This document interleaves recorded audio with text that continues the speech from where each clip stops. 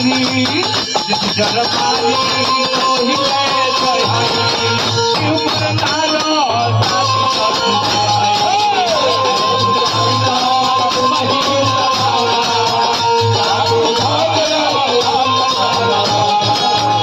मोरे हृदय पर मस्तम देहा तुली कपि करता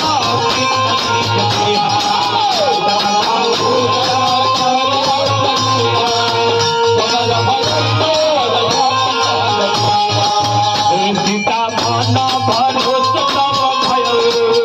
कोनी लघु रूप पवन सुत लयो